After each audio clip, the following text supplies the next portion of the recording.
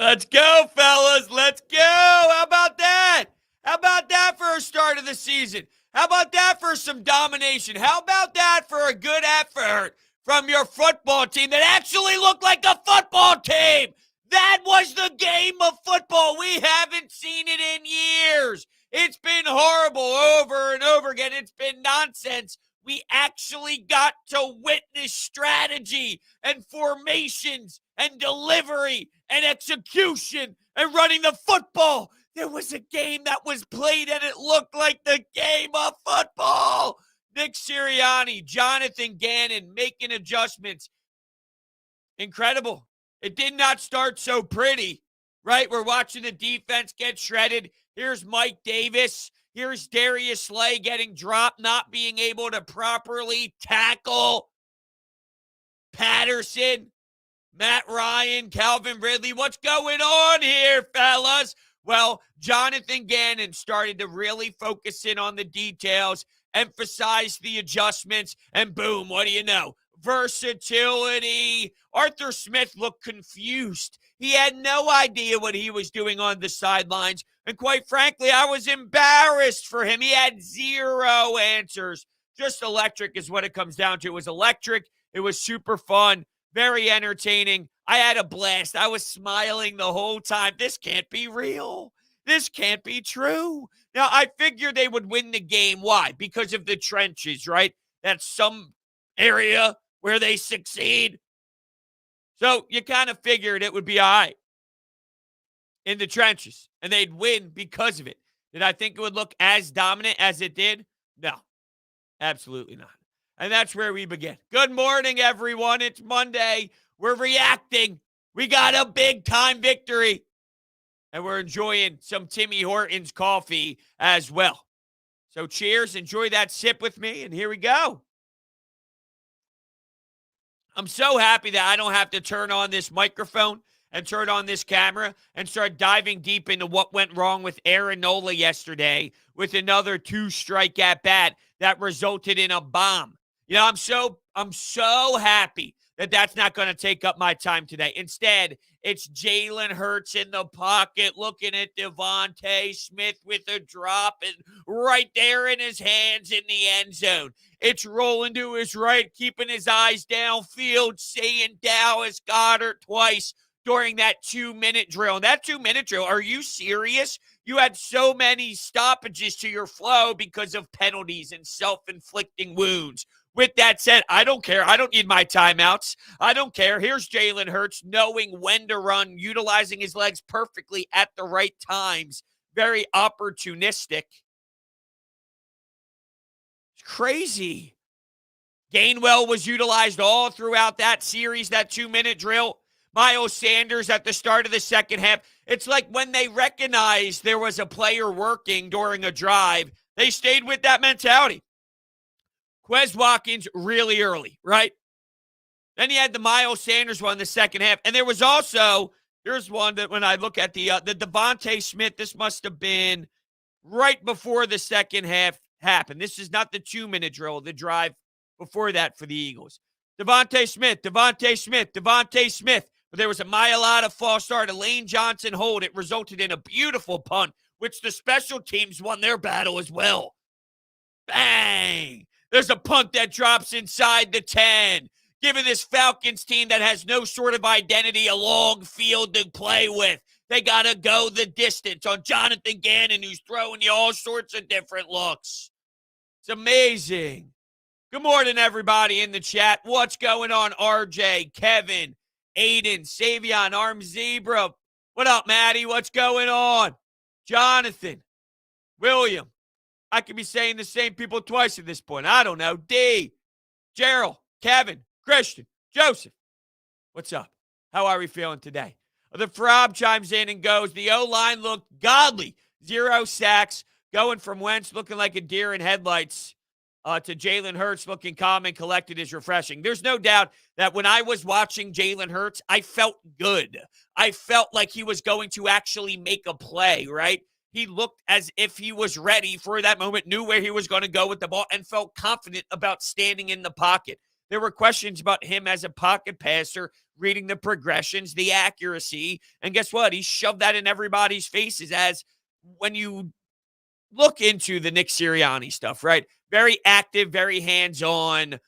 We have to focus on the little things, emphasize that so it'll naturally just be a part of your game. Well, the reason why Jalen Hurts did seem that way is because of the details that Nick Sirianni really he like brainwashes you with it seems. And that's a huge reason why you saw Jalen Hurts look so confident in the pocket. And his timing of when to run was beautiful. With those RPOs in play as well and the options in play, it's so damn difficult. That Jalen Reagor touchdown, did you see the way the Falcons reacted to that? They had no idea where the ball was going. And Mailata, wow, did he murder a human being on that play? The offensive line as a whole was sensational. That's why when you think about what was being thrown out there last year, it's night and day. Jason Kelce blocking 3 individuals on a Miles Sanders run up the right sideline. The Gainwell touchdown. Watch the left side of the line. It was magnificent. It really was.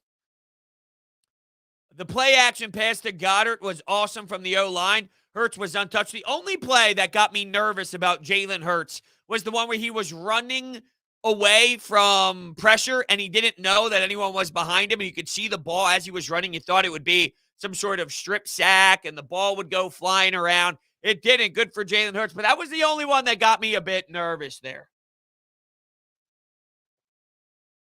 Let's give credit to that D-line too, though. They did not start early. I thought in the beginning I was watching a team so flat. There was too much firepower on the Eagles' defensive side. I did not believe that that would be sustainable from the Atlanta Falcons. Their interior linemen were a disgrace, and we even knew that heading into the game. That's why it was a key to the game.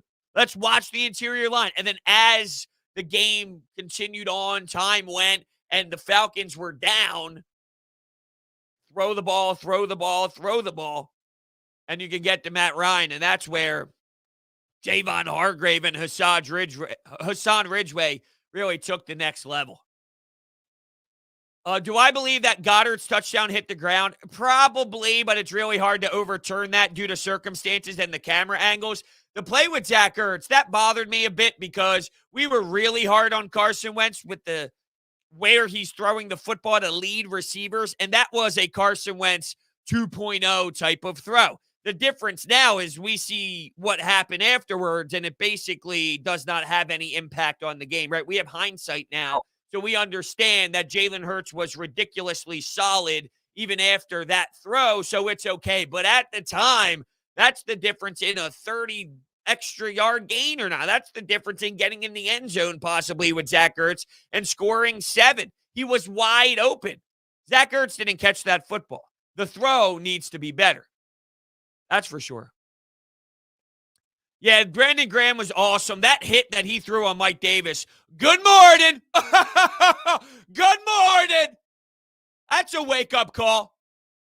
Because guess what? Earlier, him and Patterson, well, I guess that was right around the meat of it all. That was more in the prime of when the Falcons were getting sustained drives. The difference, though, was between the Atlanta Falcons and a good team. When you're moving the chains as consistent as you are, you got to pound it into the end zone, man. You can't settle for 3 points. You can't settle for field goals. And this dates back to the issues that the Falcons had over last season. They couldn't score in those areas. It's awesome to get there. You got to bury as well. So William brings up the 4th down plays. Let's talk about that. There's not much to choose from in terms of negative. Zach Ertz, though, and maybe Nick Sirianni's 4th and 2. So let's get to that. The score was 15-6 at the time. So the first one got blown up because Jarrett beat your offensive line and put Jalen Hurts in a very uncomfortable situation where he had to run to the sideline and then basically he threw it away afterwards. Look, I mean, I like the aggression at that point. The score was 7-6. It was still very early in the game, and I want my coaching staff to have balls. I want them to be more aggressive than they are soft. Soft is no bueno. You don't win in this league by not having balls and stepping on the gas pedal a bit. So I'm okay with the original 4th and 4 call. Jarrett beat you. And sometimes you have to tip your cap to the defense. They beat you on that play, but that's what a player like Jarrett would do to you. The second one, I'd rather kick the field goal. You had momentum. It was a 9-point game. You make it a 12, which is probably why the Eagles decided to go for it. The analytics will tell you it's still a 2-possession game. It's not as much separation as you think with how much time is left on the clock. So if you have an opportunity maybe to grab the first down, keep the chains moving, and punch in 7, that would give you more of an advantage. Let's try that. The numbers support it. That's just probably the way that it played out during the moment. But I would have liked to seen 18-6 and maybe more of momentum gainer. That's feel for the game, and that one failed. The first one, they ran it with Gainwell in that second one. Tried to squeeze him through. Sanders was used a lot during drives in that second half. Maybe that played a role in it. Maybe they just wanted to go with Gainwell because that's the package they wanted to throw out there. Gainwell was used in the 2-minute drill. Gainwell had a big role. This entire team, when you look through the roster and the box score, Devontae Smith, 6. Rager, 6. Goddard, a really great game. Distributing the ball all throughout the field. What's up, Nate? What's going on? Nate says, hey, man, I've been subscribed for a while now. The Eagles dominated the Falcons. Thank you so much, Nate. I appreciate all the support and tuning in every day. Thank you so much. And yes, they absolutely did. Zach Ertz can catch as good as Alec Boehm can slide into home. They both get credit for it without doing it successfully. Where's the Zach Ertz hate coming from today? My man got injured, and that's a problem. That's very unfortunate. I want this group to stay healthy. You see the difference in when the team is healthy and not healthy from this offensive line to last year's offensive line. And Zach Ertz already having a hammy issue concerns me. I want him out there. I want him taking snaps. I want him to be an effective tight end that can methodically move chains downfield with Jalen Hurts. Jalen Hurts can ball. He's got the proper mentality, and he's got the approach that we need from a starting quarterback.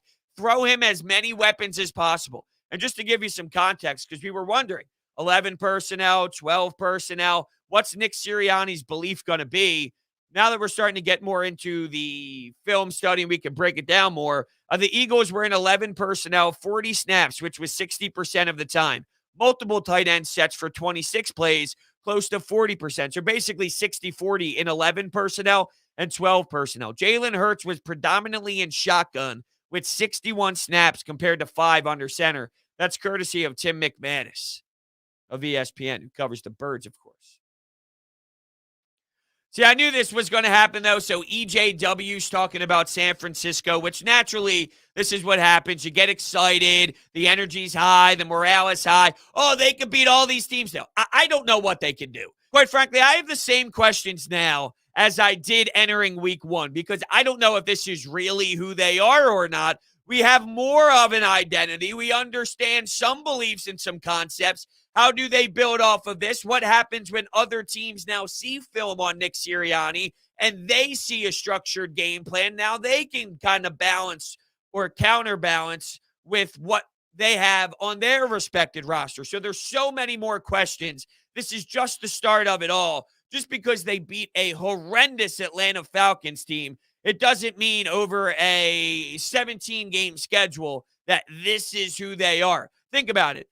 If you think of a football team that wins 5 games or 4 games throughout a season, they're 4-12, 5-11 in a 16-game schedule. If you want to look at a 1-game sample size, you can point out, if you just randomly close your eyes and pick any week, that game could potentially land on one of the good weeks where they beat an opponent, where they come out victorious. But ultimately, they're not a good team. It was just that week they were, or that week they played a lesser opponent. Does this same brand of football work if the opponent isn't shooting themselves in the foot with pass interference calls offensively by Calvin Ridley, taking back a big gain with all those problems to the Falcons that they caused internally just by themselves? Is that going to be the same thing when you're playing the San Francisco 49ers? I'm not claiming that this team can't win football games. I'm not claiming that I'm now more optimistic, and I'm very proud with what I saw, and I see a direction that is so damn solid, and I'm happy about because I am. But I still don't know who this team is. Savion says, look, the Lions put up 33 on the 49ers. I do believe San Francisco has a better defense than the Falcons do. Yeah, but once again, that's week by week, right? It's week one. Well, the 49ers are going to get more sound. They're going to go back to their film room and study what needs to change. There probably might be a bigger sense of urgency playing the Philadelphia Eagles, knowing the Eagles just won big time and the 49ers have something to prove. Kyle Shanahan. It's not Arthur Smith anymore. Kyle Shanahan is very creative. I love Jonathan Gannon's versatility. But what can Kyle Shanahan do to a lot of defensive coordinators in this league, even with the Jimmy Garoppolo at the quarterback position? Look at Samuel's statistics. Look at what they did in the run game. I like Jonathan Gannon. There's still problems at linebacker. This isn't perfectly fixed here. Your linebackers are the let's get by type of crew. Hopefully we can get by with this. That's what their linebacking core screams. Well, it sure worked against the Falcons. Will it work against another team?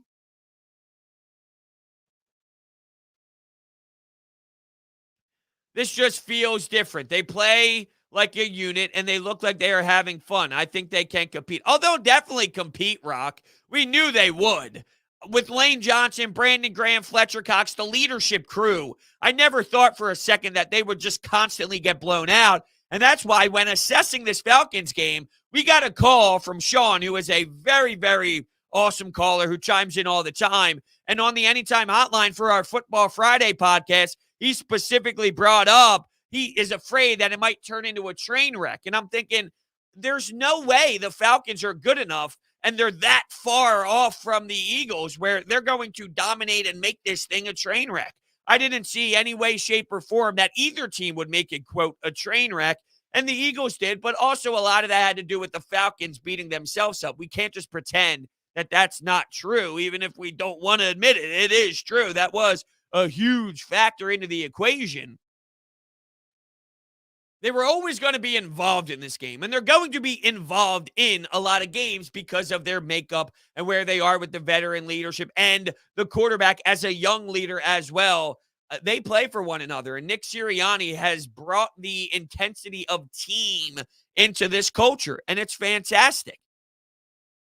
So I'm not surprised of the compete level. I guess I'm surprised with the domination factor. I always smell to win. Sean, what's up, dude? I just said you were a great caller. Are you a great commenter as well? I feel bad for the defensive back that Mailata trucked on Rager. He got destroyed. He got annihilated. He got crucified, and it was hilarious. Early, the O-line, you saw some from Mailata you didn't like. Lane Johnson was in there. I believe there was an Isaac Sayamalu penalty too. Just what's going on? Let's clean that up. And as soon as they cleaned it up, it was all over. I'm sure Jeff Stoutland ripped them a new asshole in that locker room. Imagine what Jeff Stoutland did. My man doesn't get enough credit. It would have been damaging. Let me say that again. It would have been damaging if Jeff Stoutland left this organization to head back to Alabama, which was a focus in the offseason. It would have been crucial to this team's success. You see why you snag Landon Dickersons and you draft offensive linemen, and that's an emphasis for this organization, offensively and defensively. It's where the beginning of winning football games start. It really is. Hopefully the O-line cleans up penalties. Yeah, they will. I mean, this is just the nature of, put the whole debate of preseason aside or not. Just the fact that you got to play that long, a full game with that intensity, even a preseason game of 25 to 30 snaps, which is possibly a lot for some of these veteran players, according to, what they're accustomed to at this moment. You can't duplicate this feeling. You can't duplicate how hard you have to go every snap. So naturally, when you're thrown into the fire and it's week one and it's that first real snap after the adrenaline rush is all over, because initially I'm sure the emotions are so high, you're flying around, you're just so filled with so much, you're juiced up and nothing else matters. As the game dials in and you're 2, 3, 4 series in, maybe you're 1 quarter in, and now everything calms down again for you. You can't duplicate that. So you'll be a step behind. And with weeks that go by, that's where you naturally just kind of get accustomed to the flow again. Metal Mike wants to bring up the Cowboys and Tampa game. Yeah, that was crazy. That was Thursday. There was so much action yesterday. Pat Mahomes with the epic comeback against the Cleveland Browns. Talk about mistakes and turnovers that happened for Cleveland where they were in position to win. Every squad in the NFC East fell this week. Ryan Fitzmagic got injured. Daniel Jones is being questioned in New York already, which I think it's inevitable. If you're still having those questions about your quarterback, the way that they do in Daniel Jones, it's probably not the answer. Hey, Curtis Roberts is in here, Falcons fan, according to his logo. Such an embarrassing loss from an organization that is still trying to be respectable. Good game to the Eagles. Eagles Nation, I think you can win the division. Please beat Dallas. We still have the 49ers before Dallas. But if you just mean in terms of division, I would anticipate, and thank you, Curtis, for the appreciation to the Eagles' efforts out there as they were in cruise control throughout once they kind of established themselves. I can't get too far ahead of myself. I'm living in the moment. I'm enjoying where we are right now. The fact that it's a little crisp outside, it's fall. I was watching the game with the pumpkin spice candle lit while enjoying my hot coffee. The energy of fall is in the air. It smells like football when you leave your house. That wind that goes through your nose and wiggles your nose hairs, it smells like football. It's a great time of the year. Let me just embrace a football team that played the game of football yesterday, because it's been a whole damn year. There was about 7 snaps in a row that was more entertaining than all season long of last year. So let's embrace that. Let's sit here and enjoy that before we go down the division road. There's so much football that needs to be played, right? And an aggressive amount of football that still needs to be played. Let's just pump the brakes and go, whew, that was fun. 32-6.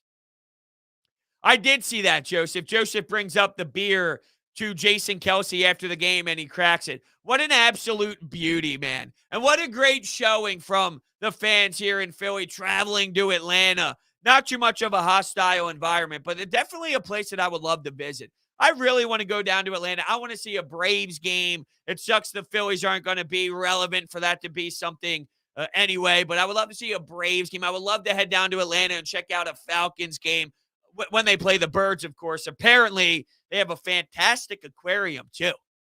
That's something I need to see also. Phillies baseball is getting chirped in the chat. I know. Yes, Rock, but there's a lot more to the game of football than just having fun. I thought that was an awesome touch, though. And it's a description of the environment is more what it's all about, right? In terms of what does that mean and what does that show? It shows Nick Sirianni, and it shows what his beliefs are in a culture, in a locker room setting. He wants it to be that way, where you're having, handshakes with your crew. It's more than just football. It's who are you as a person? Let's do this together as one, instead of maybe having a more of a personality where it's all about me. There's plenty of coaches where the story is me, the coach. Nick Sirianni doesn't give a damn who's getting the praise. The Eagles are getting the praise. The team is getting the praise. And during the pregame warm-ups, Nick Sirianni standing on the field, while I believe it was Brandon Graham breaking down the huddle, and he had this look on his face, and he was a proud father, giving the claps, giving the appreciation. This is it, baby. Just admiring what he built over OTAs, what he built over training camp. It's ready to play out into fruition. And it sure did. Very impressed with Nick Sirianni. Play designs, confusing the defense. And we're not talking about some snub on the other side. Snub? I don't know. We're not talking about someone on the other side who's a dope. We're talking about a successful defensive coordinator. And Nick Sirianni and Jalen Hurts had the answers. Absolutely, Jonathan. Jonathan Himes with a $2 donation. Got to give the punter some credit, too. Bang, special teams. Bang, drop and punch right at the inside the 10 arc. Forcing the Falcons to go the distance. They didn't score a damn touchdown. Bend don't break. Didn't score a touchdown. You know, late as I go through my notes, Falcons penalty, Falcons penalty, Falcons penalty. It really hurt them. I'm not going to tell you I love the offense late. I thought there were times where the Falcons were making stops. The difference is what Jonathan Gannon responded with, it didn't matter. Matt Ryan wasn't going to move the chains. He wasn't going to run an offense and gain any sort of momentum. So your defense bailed you out. But there were times in the offense late in the game where it wasn't as fluid as maybe we would have liked. But that's where you need some of your veteran players on the opposite side to help you out. It's a 53-man roster for a reason. Your defense can do that for you, and that's what happened. So it wasn't all unicorns and rainbows, but ultimately, you know, that's more of the nitpicking. And as we move through the week, we're still in reaction mode. We understand how the Eagles schedule works, right? The football schedule. Monday's the overreaction Monday. Tuesday, there's still reaction in there, but you start prying back a bit more. You start taking more out of it. Wednesday, it's kind of more all 22, but you shift gears into what does that mean? Thursday, Friday, you're starting to plug for your next opponent, X and O strategically. Where are the matchups? Where's the advantage? Where are the holes? What scares you? What do you like? What are you looking for? All of that. So right now, it's more about reaction than anything else. Yeah, I saw that too, Arm Zebra. Arm Zebra mentions the highlight from the Colts. Well, I guess you can call it a low light for the Colts. The Seahawks sack with Wentz. You're hearing all the same drama that you heard here about Carson Wentz and holding on to the football. Offensive line play looking the worst that it's been in a long period of time. So basically what I'm telling you is it's refreshing to not be involved in it. It's refreshing to not be in the middle of the mosh pit, be in the middle of all the drama and all the noise. Now we're in hey, Jalen Hurts looks comfortable. And the best way to describe it is control. Control. It was actually a lot of fun last night on The Fanatic from 7 to 11. The reactions were hot.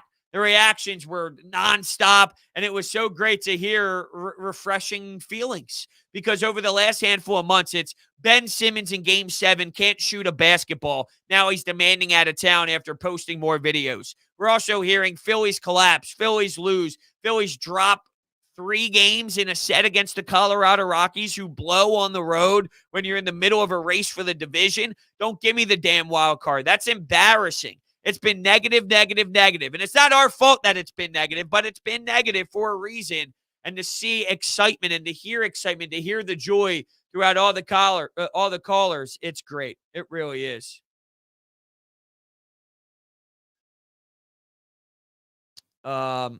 It's basically a home game for Jalen and Devontae for all the championships in the Benz Dome. Yeah, for sure. They did play big time. Devontae Smith's going to be a dog. You know, when you watch a player, you just understand, yeah, they got it. Well, they got it in Devontae Smith. And oh, by the way, they got it in Jordan Mailata, who was a 7th-round pick that Jeff Stoutland just groomed and blossomed into this force. They're going to have another left tackle. You can just tell. You can just tell. He has the skill level, the body frame, the footwork, the punching ability to be a stud at the left tackle position for years to come. Organizations don't do this.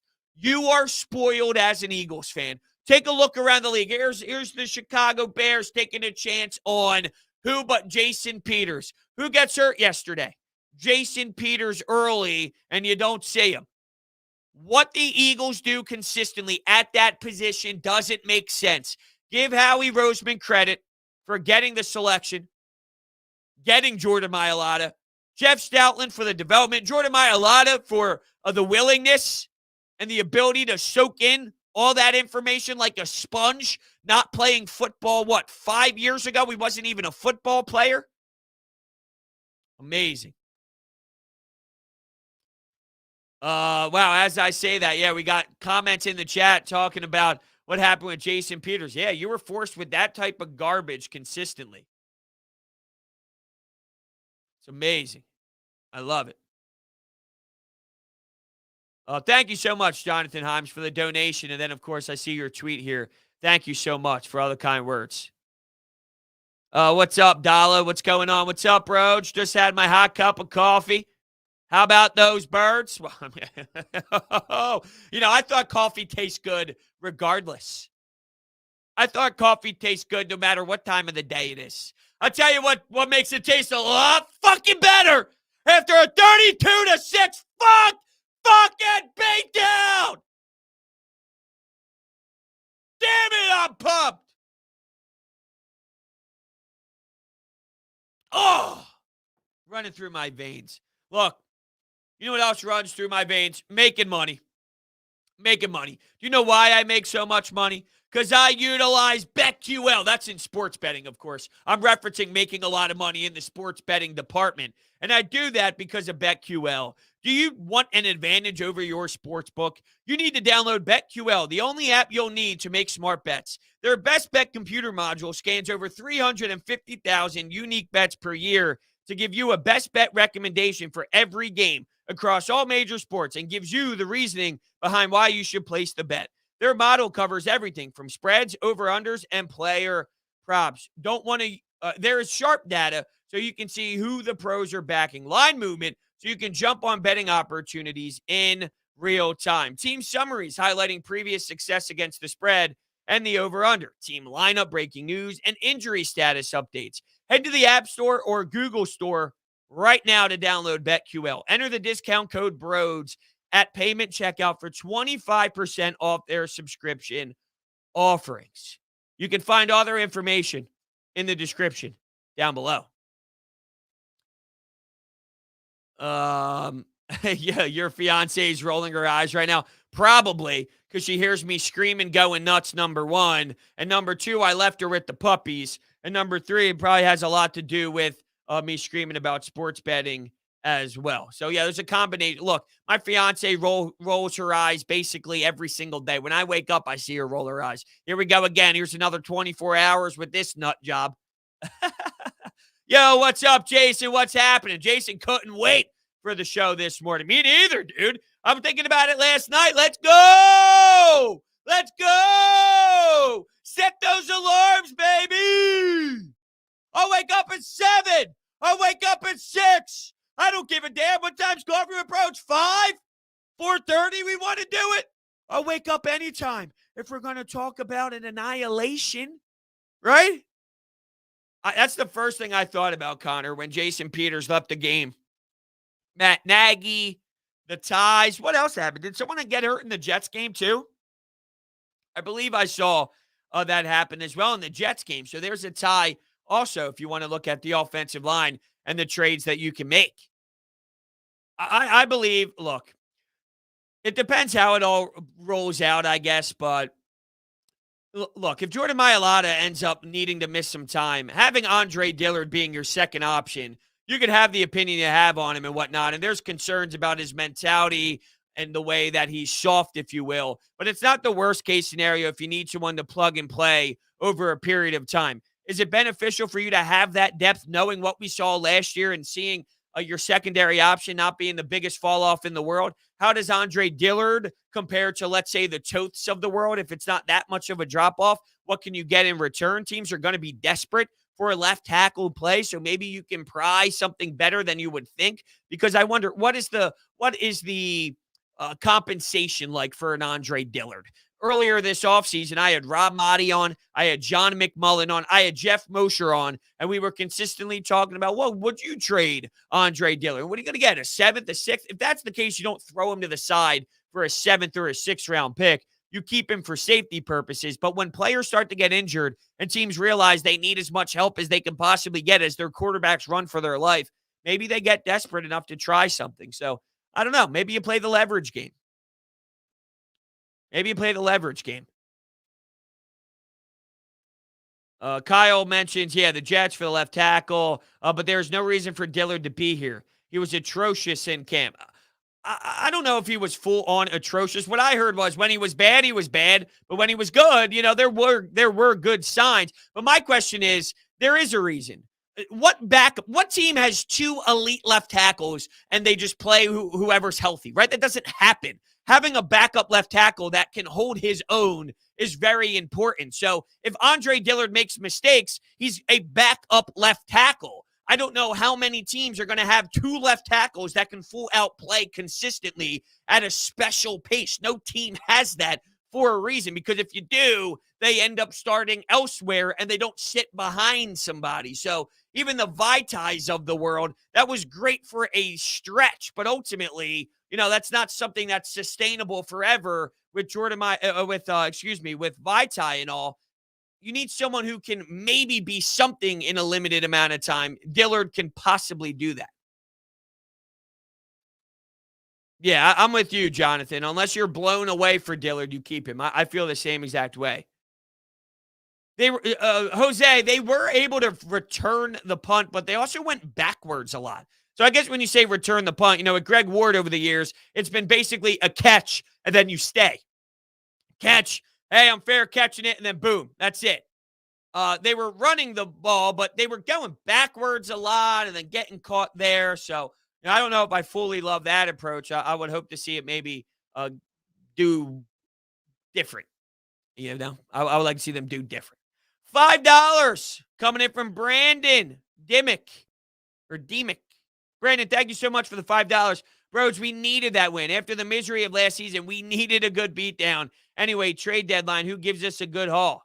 Trade deadline? It's week 1, Brandon. Week 1, I can't go too far ahead. I even think looking at San Francisco is a bit of a reach right now with where we are embracing this moment. So I can't go trade deadline and what type of acquisitions can help this football team. That's way too far. We need to learn way more about who the Philadelphia Eagles are. You're right, though. We needed a good beatdown, and it was a good win because, look, think about what could have happened with the 49ers. If you were to lose this game and you start out 0-1, 49ers, Dallas on the road in a night game, which is a hell of an environment, and the Tampa Bay Buccaneers. It's a tough first handful of games, and to start off on the right foot, and now there's confidence built in that locker room. Look what we just did.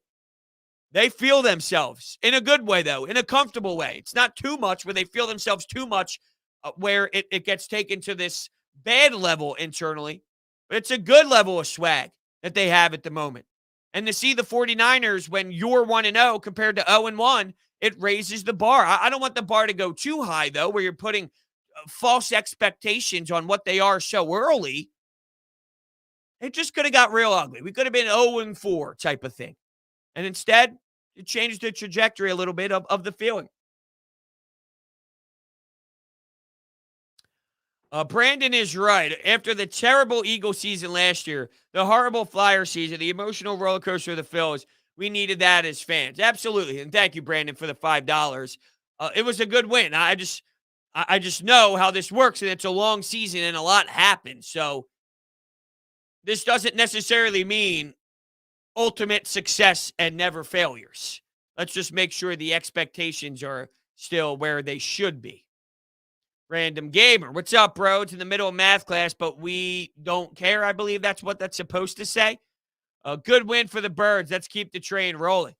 I love the fact that they established many different parts of this offense. Miles Sanders, let's run. He was getting some good chunk yards, too. 18 yards, 20-plus yards. Jason Kelce mauling 3 people to even allow for that to happen, to gain that momentum. Quez Watkins sort of started to get quiet as the game went on. I did see the snap counts, and I believe he played less than 50% of the snaps. So, just to put it in perspective on how that relates to some of the other, I hate the way that Twitter opens this on desktop form. It's so difficult to see it because they post it in. Let me see if I can bring it up on my phone. Might be a little bit better for the snap count. I guess it's all right. I'm being a douche. Miles Sanders played 66% of the snaps. Zach Ertz played 58. We already touched on his injuries. Yeah, Quez Watkins. It's either 49 or 48. It's a little difficult to see.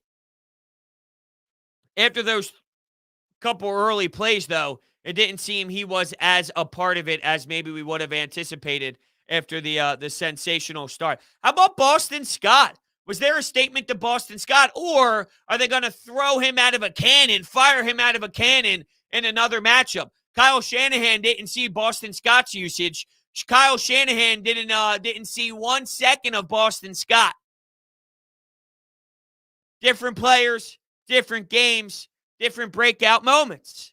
Is it possible? I wouldn't be surprised at all. Yo, what's up, Fran? What's happening? O-line was being talked about a lot, as they should. Miles Sanders made some awesome cuts when things weren't there. Absolutely. And also caught the football. Explosive plays from catching the football. Simple plays were executed. What I'm not going to stand for is, because I saw this a lot, Jalen Hurts wasn't asked to do too much. Do you have a game manager? Is Jalen Hurts a game manager? What? We're already doing this? It's okay to not ask a 22, 23-year-old to annihilate a defense with a respected defensive coordinator on the other side without it being a knock on the dude. Part of being a coach is getting your playmakers in areas to make plays. Simple pitch and catch. Simple 5, 6, 7-yard throws. Nothing wrong with allowing speed to gain you yards, allowing the offense to move the chains. And it's not dunking and diving. It's not dink and dunk. It's strategy. It's the name of the game right now. You got speed. You got youth. Use it. Give Quez Watkins an opportunity to run around with his legs. It's all good stuff. Yo, what's up, Chris? What's happening? Chris Brown with 18 euro donation. Thank you.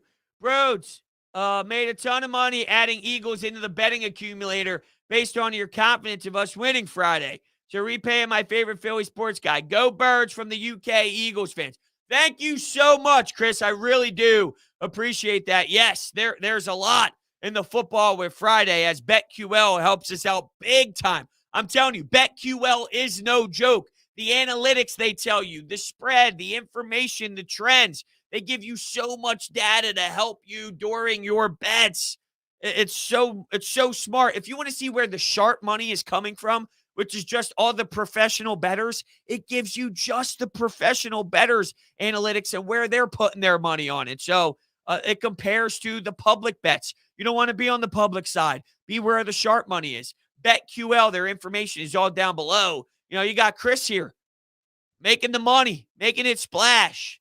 Thank you, Chris. Hell of a dancer as well, I'd imagine, right? It comes with the name. It comes with the territory. Thank you, Chris. You're the man. Joe, I agree with what you said yesterday, Brodes. I wanted to see shots downfield. Let's see how he flicks the long ball. There were not many shots downfield. Maybe that's more by a design aspect in terms of let's not ask Jalen to do too much.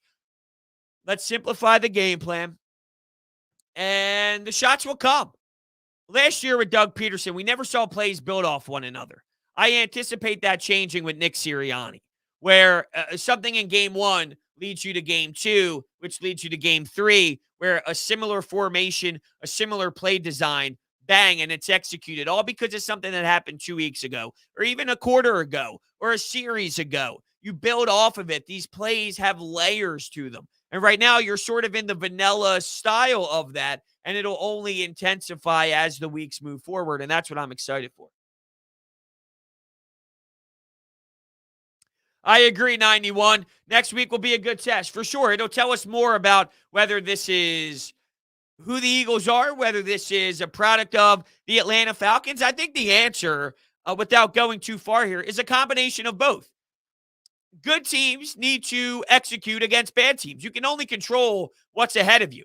They don't pick and choose that it's the Atlanta Falcons looking at them in the face. No, it's the Atlanta Falcons. Take care of business. Do what you can do. And all you can do in that scenario is beat up on your opponent. Let's not take this too far. So I thought from that aspect, they controlled what they needed to, which is win the football game and look good doing it. Yeah, the Falcons stink. At the same time, the Falcons stink, and that's a part of it. So it's somewhere in between. Playing the San Francisco 49ers, watching Jonathan Gannon go up against a young mastermind in Kyle Shanahan? Do his adjustments look exactly the same, or does Shanahan have the counter? Because Arthur Smith died out completely. There was nothing. There was no response. Not even a second of life from that Atlanta Falcons team. I'm imagining Kyle Shanahan will be able to reshape his offense, throw different looks, have different concepts, get creative with maybe an end around, a jet sweep, something that catches the linebackers going one way so there's an open field the other way. That's what Kyle Shanahan does. Arthur Smith, nope, he didn't have that. Gianna wants to know if I think Doug Peterson, or Gianni, excuse me, thinks or asks if I think Doug Peterson will get another head coaching job. Maybe. Yeah, maybe. I mean, his resume as a championship caliber coach is very high, and it's not easy to have that. So if Mike McCarthy continues to get opportunities due to his Lombardi with Aaron Rodgers and the Green Bay Packers, I'd imagine Doug Peterson will too. It seemed he more wanted to get a breather after last year's debacle. Brandon wants to know my thoughts on the linebackers after game one. A little worried when we come up against run-heavy teams. Absolutely. There definitely is this element to the linebacker core of they're quick side to side, and they have athleticism there with Alex Singleton, who can run around and make plays with you all over the field, which is great to have. Do they have a hard nose, I'm going to meet you in the middle type of guy? And that's where, of course, your defensive front can help out in the interior, and your edge rushers as well can force the running backs to do things. But there's ways to counterbalance that as well. Yeah, with the linebackers, you basically have to have these type of expectations. There will be mistakes. There will be errors. Can they get by? They're probably a tick below average. That's what I would say. Maybe just a tick below average. If you're thinking about where they fall on the scale of great linebackers and shitty linebackers. If you think about the middle, I'd say they're maybe a hair, just a hair underneath the average line. So with that, yeah, there's still definitely worries about teams that have a George Kittle. Now, Kyle Pitts, they did an excellent job of stopping Kyle Pitts with these linebackers, but a team that isn't so beat up on their offensive line in the interior, if you're not going to get the same exact level of pass rush, how does that implement the timing of George Kittle and the timing of the quarterback and the tight end duo and what that means for separation and things of that nature? So, yeah, we'll see when you see better tight ends and more of a heavier run game, no doubt. Gainwell looked good, Anthony. Gainwell looked good, Ant. And they used him in pretty interesting roles. They got him in the 2-minute drill. They got him in the 4th and 2, which I didn't necessarily love. They got him a touchdown. Great blocking on the left side of the line. As my buddy Kevin Kerr throws the tweet in my DMs about Jason Kelce drinking some beers after the game with some fans. That's awesome, man. That's awesome. What a great feeling. Mailata, Isaac Sayamalu, Jason Kelce on the Gainwell touchdown was just sensational. Who's going to become a coach? Watch, he's going to become a coach in Indianapolis. Who's that? I don't even know who we're referencing. Who do I think had the best game offensively? Who do I think had the best game defensively? I guess Hargrave defensively for me is probably your answer. I liked Hargrave, and he really came out there late. And him and Hassan Ridgeway, but Ridgeway had some mistakes early that will dock him on my list of players. I'll go with Javon Hargrave defensively, and it's hard not to pick the offensive line, but they had their mistakes as well if I'm going to keep it consistent with all those penalties in the first handful of drives. I'll go Jalen. I know that that's basic, but he gave you 77% with his completion percentage. All right, he threw the rock beautifully. 27 of 35. 3 touchdowns, 264 yards passing. He had some great rushes with his legs. He threw in the pocket. He threw on the run. His instincts took over and ran when he needed to methodically throughout where it wasn't too forced. He was dialed in. He was dialed in.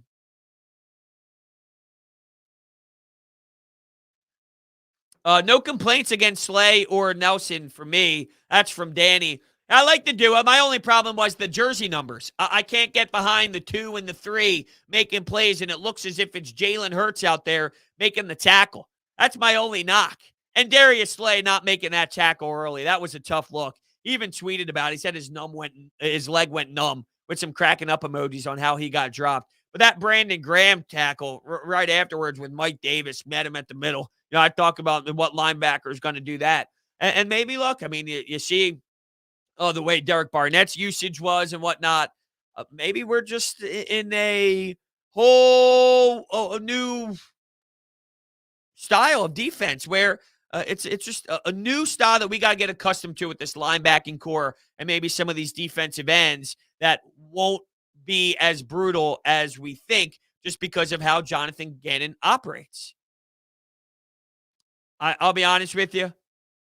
I got no care in the world about where Cam Newton plays next. I got no care in the world about where Cam Newton is. No shot. Yo, what's up, Kerr? What's happening? Kelce got replenished? Yeah, with those calories. Dude, he dominated. Jason Kelce. This offensive line. This is why I can't complain when you choose Landon Dickerson. This is why they emphasize the defensive line the way that they do. This is why they draft so many defensive ends and defensive tackles. This is why they draft offensive linemen. Yeah, there's concerns about Landon Dickerson and his knee injury. And there's nothing you can do about that. Injuries are injuries, and the track record speaks for itself. It's there. But healthy, this dude's Jason Kelce. Healthy, this dude's Lane Johnson.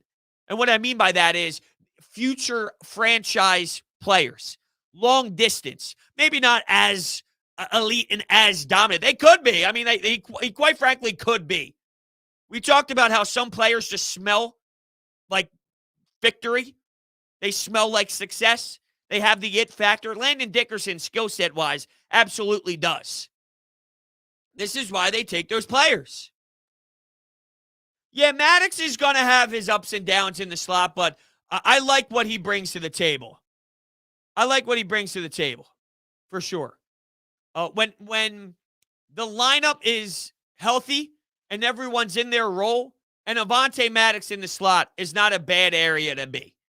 That is a very doable slot corner to plug in, for sure, especially with everybody else healthy and in their proper roles. Where it goes south is when someone gets injured, you have to move Avonte Maddox and ask him to play a different role. It just puts him in an uncomfortable spot, and it's a disadvantage for such a smaller player. Kelce was playing pinball. Yeah, basically, that's a great correlation, no doubt about it.